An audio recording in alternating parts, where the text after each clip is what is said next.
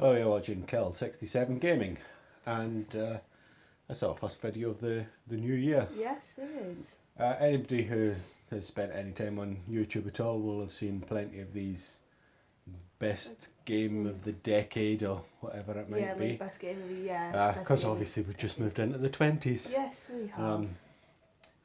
So we've decided that we're going to do a best game of the decade as well, but we're going to do it a little differently.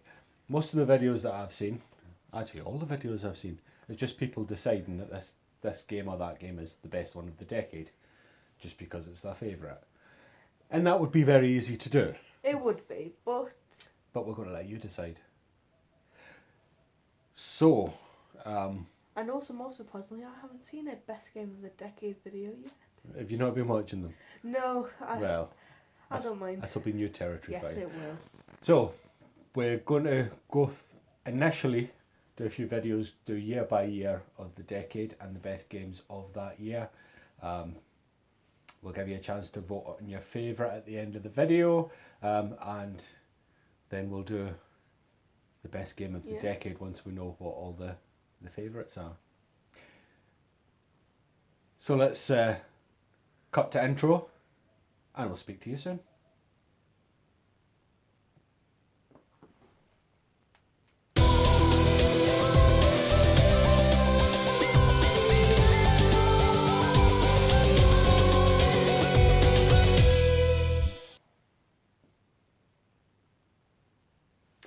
So we'll start with the year 2010. Now, I'm not sure exactly how much you'll remember about 2010, given that you were just a toddler at the time. Yes. However, I do know that you've played a lot of games from that year, so you should be able to give a bit of input into this too. Yeah, probably a little bit, but not a lot. Well, the first game that I think we have to talk about, Minecraft. Yeah, well that is actually a really big game and still popular to this day. Obviously being the blocky 3D open world sandbox where you can build whatever you want in creative, or fight the Ender Dragon as the end boss in survival. Now, there's tons of modes in it, of course hardcore being the worst one, because if you die, your entire save data gets deleted. But I know that you played a lot of this when you were younger, and I know all your friends played it. This was just a massive game. yeah, I didn't play so much of it. I did play a little bit, but what it kind of reminded me of, this like completely open sandbox, this was kind of your generation. See, this will not mean anything to you. This game to your generation was a little bit like my generation got a ZX Spectrum or a Commodore 64 and started coding in our bedrooms. It was just that complete freedom to do whatever you want. I even seem to remember someone made a working calculator or computer or something inside the game. So people were doing things.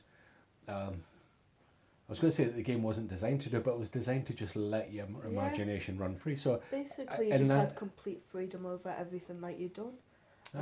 It's obviously still massive to the day. It's not as big as it was. No. I mean, I seem to remember there was a couple of years, and you were exactly the same as every other little kid. You saw every kid running around with a creeper t-shirt on, or something similar. Something like anything Minecraft, it was basically out there. But there was still like a massive community, obviously not as big, and there's still ever growing mods and that. And to me, that's the sign of a great game when it's still it lasts longer than that initial buzz about something new. Yeah. And I don't think anyone can really argue that Minecraft's done that. So whether you love or hate the game, I don't think there's any real in between. Although I'll probably come closest because I've played a little bit and I quite like it, but not enough to keep playing it. But there you go. I think that's one that we'll have to consider as a best game of 2010. Yeah. I think the second one that we should talk about is Mass Effect 2. Now, I haven't played the second one, I don't believe. Well, I had a little go of the first one. It's the same kind of thing. It's just a continuation of the story. Yeah. I think Mass Effect was kind of groundbreaking. It was the closest we'd come to like a new Knights of the Old Republic, and we know how fondly remembered that game was. and this being the sequel, it tweaked a little bit of the gameplay that maybe wasn't quite so polished in the Yeah. first game. But that's what. The storyline pulling through from this was something that I hadn't really seen before. Was this the choices that you had made in the it first game continues through the second pulled one. through into the second game. So from a narrative point of view, I think it was a brilliant game. Yeah. I quite enjoyed the game. I don't particularly like shooters, and I know that it's not technically a shooter. It's sort of action RPG thing, but there's a lot of shooting in it. The shooting mechanic was serviceable. It was by no means a Gears of War or a Call of Duty or a Battlefield, but it was serviceable, and it wasn't the main focus of the game. And then it was that story arc that would continue on to a third game as well. Yeah. So again, in its own way, very groundbreaking. Mass Effect 2, and I think that's one really has to be considered. Yeah, I mean, obviously it does, really. Another one that I think we'll have to consider, Starcraft 2. Now you know nothing about Starcraft 2. Starcraft. See, this should be right in my wheelhouse because I love real-time strategy games. Anyone that's watched the channel before will know that I love Age of Empires and I love Dawn of War and all that kind of game. Yeah. And Starcraft really should be right there because the setting as well, with it being more sci-fi, I get into that kind of games. You know, like, well, I quite liked Halo Wars and that kind of thing. I never really got into StarCraft 2, but I think you just have to look at the esports scene and just how massive that StarCraft 2 still is 10 years later, to show that it's still quite popular. I think all the strategy games that I've named that I do like playing, the likes of Age of Empires and Dawn of War, and the more known most of those PC are ones. before this decade anyway, so I think that's a very good argument can be made, and I'm making it here, that StarCraft 2 is the greatest real-time strategy game of the last decade. Now there has been Halo Wars is in there, but I don't think that they had the depth, and they certainly didn't have the competitive scene that StarCraft 2 had.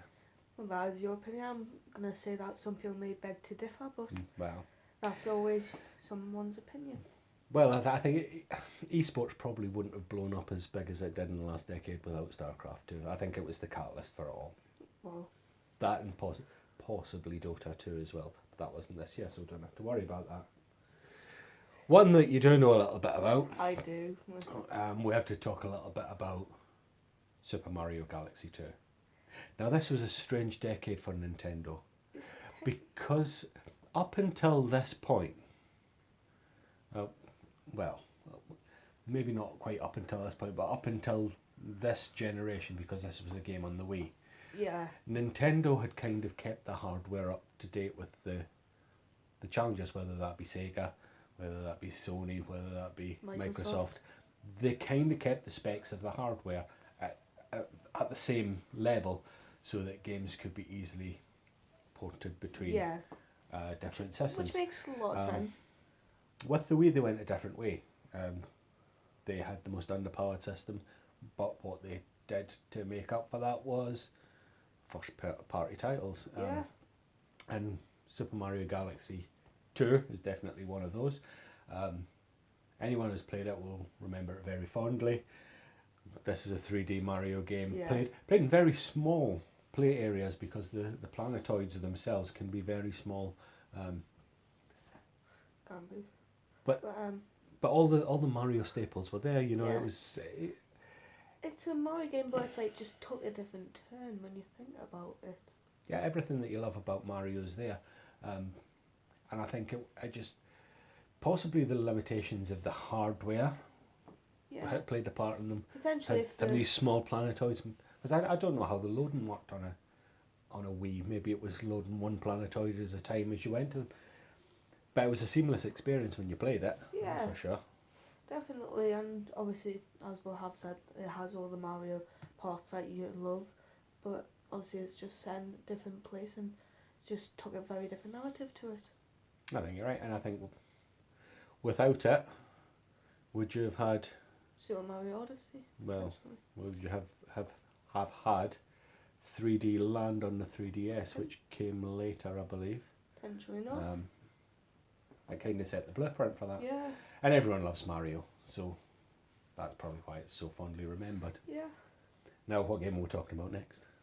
Ooh, we're talking about probably one of the most hard games that still goes on now, Super Meat Boy. Super Meat Boy was brilliant. It's brilliant, but it's hard to play, really. When you think of like hard difficulty spikes and levels, you kind of think of stuff like Super Meat Boy. It was hard as nails, but it was meant to be.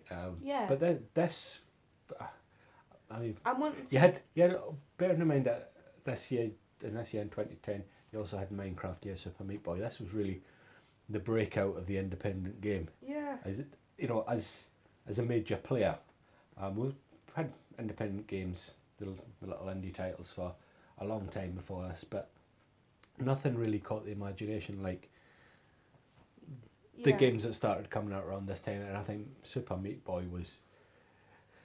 I mean, we played it far more than we should have done. Yeah. Always trying to beat each other's time. But that's the brilliance about it. It may be difficult, but as soon as you know how the mechanics work, and if you get somewhat decent at it, you can start playing with your friends and have a good time.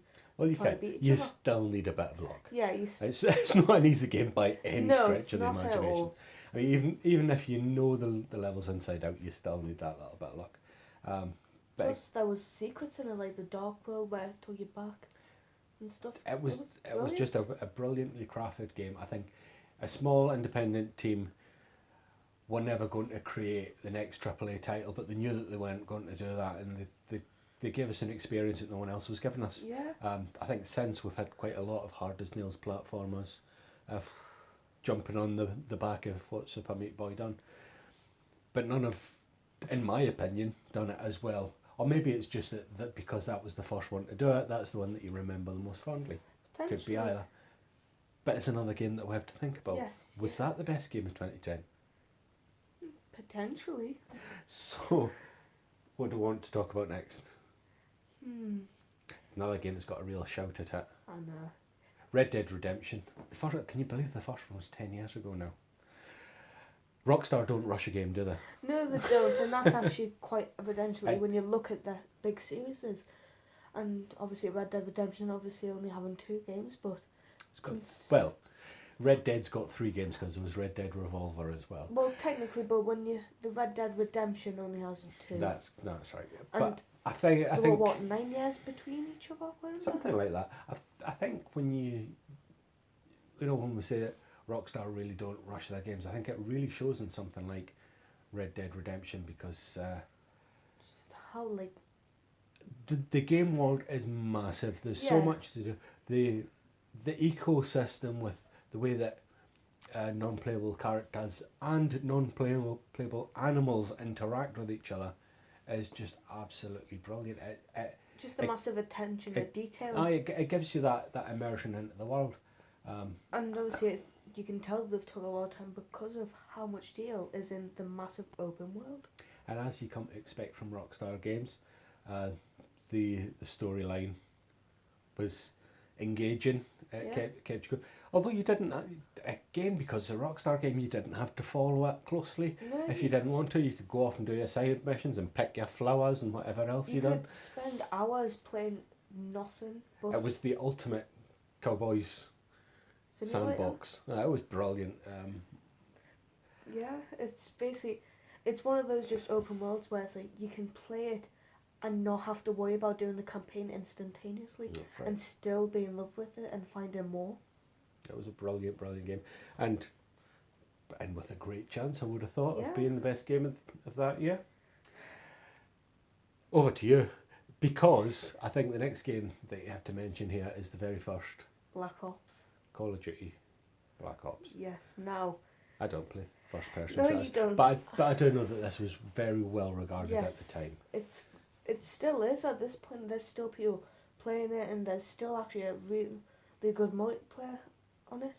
Is the multiplayer suite still active or Yeah, not? it's still active. I mean, obviously you only can really get some in the core, but there is obviously still a lot of people surrounding it and playing multiplayer, going through the campaign and even the zombies at times. Well, like I said before, with Minecraft, I mean, the real test of how good a game Yeah. is are still people playing it after that initial period where it's the new game that everyone wants to play.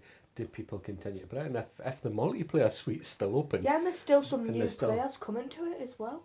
that just goes So to show, it doesn't it? shows that it's actually held up quite good. And obviously the story's really good following Mason and Woods.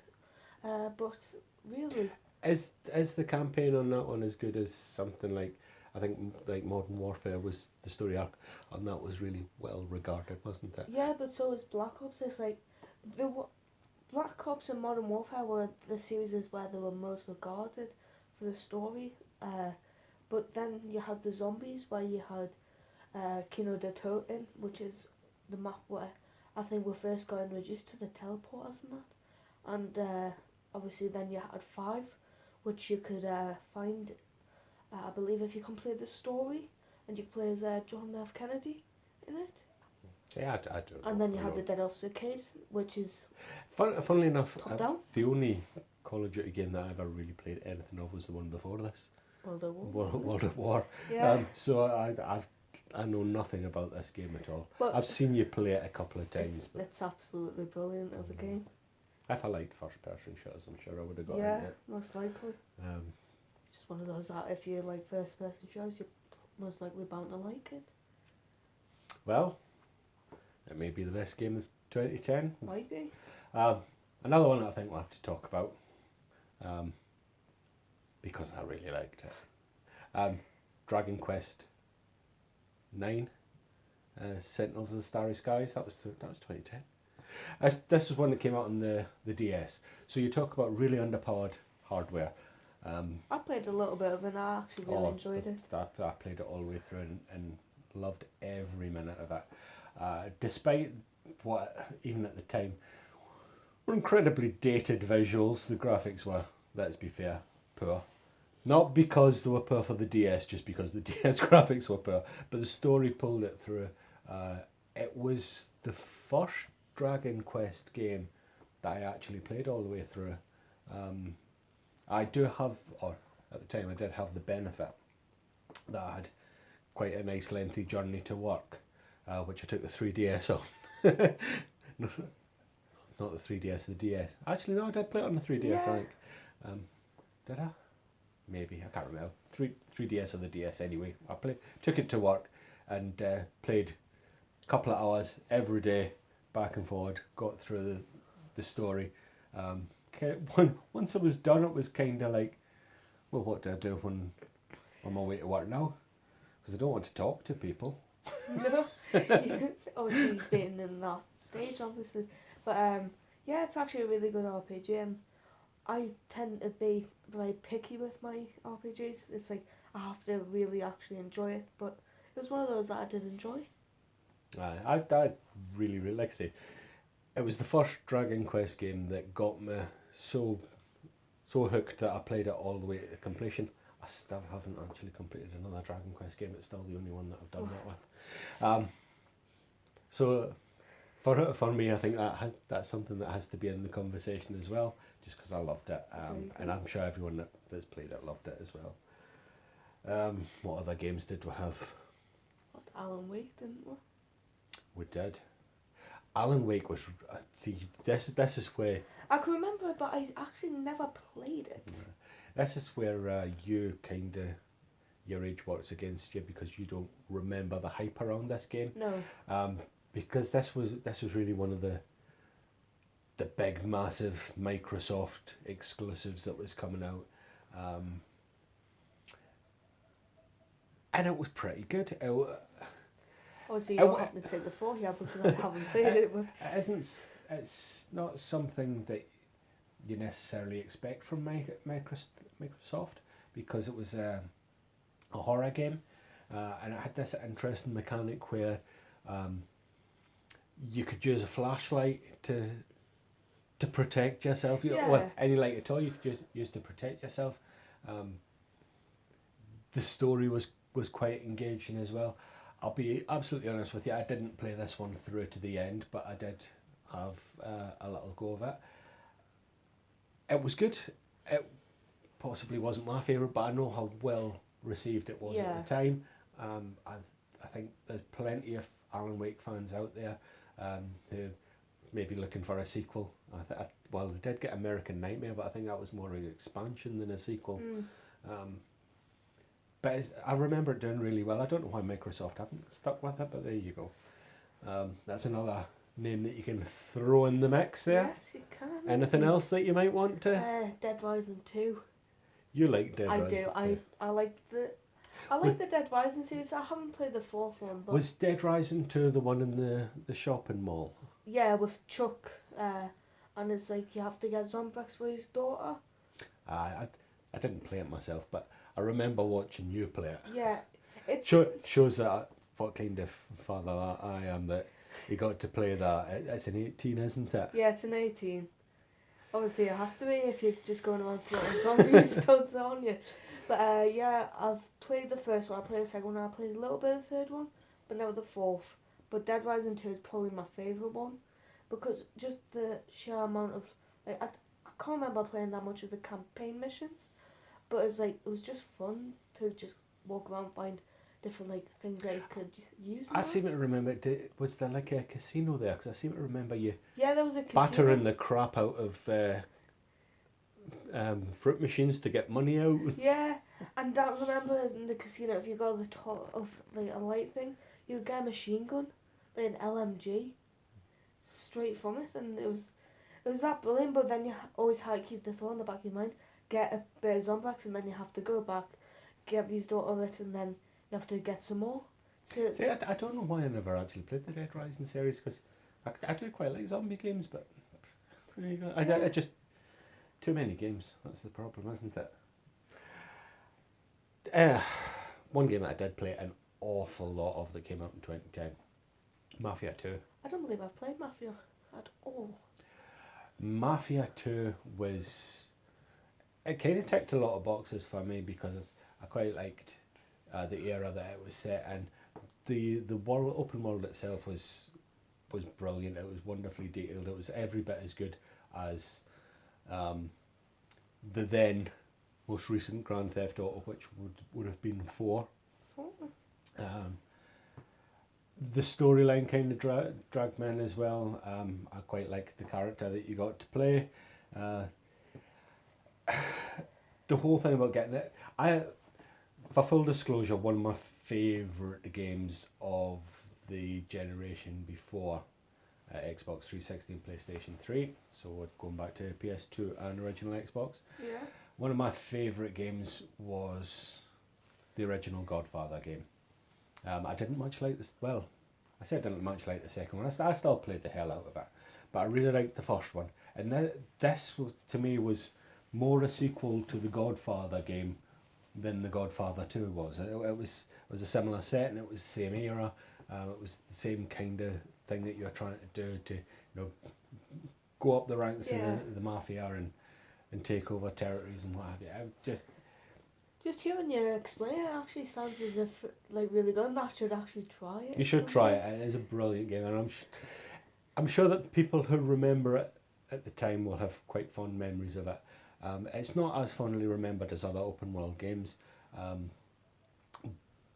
but I absolutely loved it. And remembered doesn't mean that's bad. No, it's not, and it's not something that you can go to any game in the series. I mean, Mafia 3 came out, and don't get me wrong, Mafia 3 is not a bad game, but I've got no desire to play through it the way that I played through Mafia 2. It was a different setting, it was a different era. It just didn't really work for me. That doesn't mean it won't work for everyone, it just didn't work for me personally. Yeah. But Mafia 2 just, it ticked all my boxes. So it was like I got to be a Corleone without being a Corleone, if that makes any sense. I think, there's one other game I think is worth mentioning at this point, and it's quite a divisive one, Fable 3. Now, Fable 3. I've played a little bit of the Fable series. I believe 2 and 3 I played. The Fable series is a funny thing because you've got unrealistic expectations always set out because have you ever had named Peter Molyneux? No. Peter Molyneux he's like the guy that was in charge of the development of Fable, the Fable series. Before that, he'd done some good stuff. He'd done like Theme Hospital and things like Yeah. that. So, you know, he put some good games out, but the guy couldn't tell the truth to save his life. And when people asked him what these Fable games were going to be like, honestly, the amount of features that he was going to put in this game, you wouldn't be able to technically do it until maybe PlayStation 14. And people had unrealistic expectations. Because of that, I don't think that Fable 3 is as well received as it should have been. I think if you take it for what it is, and it's just a good solid action RPG. Yeah, so if you look at it for what it is instead of what it was promised to be. I think it's a brilliant game. I quite like Albion. It's quite a good setting. Surprisingly, because the kind of medieval style fantasy thing isn't really my thing, but I quite liked going around Albion. I liked the morality choices that you had throughout the game. So it's like you knew that this big evil was coming at the end of the game, and as King of Albion, you had to make decisions throughout the game whether you keep your subjects happy, and prepare your treasury so you've got enough money to fight the big evil at the end, knowing that everyone's going to hate you for it and it's going to make playing through the game much more difficult. Or do you keep them on side and make that part of the game easy, and know when you get to the end of the game you're going to have this big battle with the big evil that you can't afford to get all the best weapons for, and you're going to make that difficult. So it was always a nice balancing act, and that I really liked that mechanic. Having said that, like I say, it wasn't the best received game, and I'm blaming Peter Molyneux completely for that, for giving people unrealistic expectations. But then again, if you do look at it for what it is instead of what it was promised to be, it does sound like it was a good game. That was a good game. And I think that's all we're talking about. Yes. In this video. There was some other games that came close to a mention. Yeah. Came close to making the cut, but... What we're going to do is, on the end screen, we're going to put up, I think we'll do 4 choices. Yeah. So we've got to whittle these down. We've had a little bit of chat about them. We'll have. And what we've decided we'll do, we'll have one choice each that we make that the other person can't argue with. Yeah. And then the 2 that we'll have to kind of agree on. And those will be on the end card at the end of this video. Just click through to register your vote. Now, for me, I think probably know when I was talking about this going through. The one that I'm sending through uncontested. It's Dragon Quest IX, Sentinels of the Starry Skies. Absolutely loved that game. Yes, it was on a massively underpowered system, but the story took it through. I love turn-based RPGs anyway. So I'm putting that one through. Well, I'm going to put through Call of Duty Black Ops 1, because it's possibly, like, that and Minecraft are the ones that I love the most, and it's like, whereas that, I'm putting Black Ops, the reason why is because I've actually went back to that a few times, whereas with Minecraft, I'd rather go back to it. That seems fair enough. So now we have to do some agreeing. Yes, we do. Like I say, I really enjoyed Mafia 2. I absolutely loved it. But you haven't played it. No. You don't know enough about it. So I'd say Red Dead Redemption, just for being at its time and that, I'd say that should Do you go know, through. I think that's a good compromise. That's an open world game that we can put in here. Yeah. We'll stick in Red Dead Redemption as a third option. What else could we put through that would both agree on? I think you mentioned it just before there. Minecraft. Well, I'd be happy to send that to if you were. Yeah, I think just because of not just how big it got, but Because of how innovative it is. yeah, Potentially. there was a lot of games that tried to clone it. I think it's you It's a can't you trendsetter. can't deny that it was influential. So I Yeah. think we'll have Minecraft as the fourth choice here. So please do vote, Yes.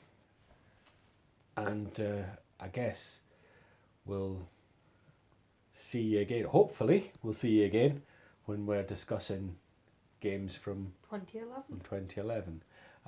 If you are new to the channel, please subscribe. Also turn on the notification bell so you're going to find out when we upload. And if you have enjoyed us talking about these games, leave a like and also share this to some of your friends or whoever.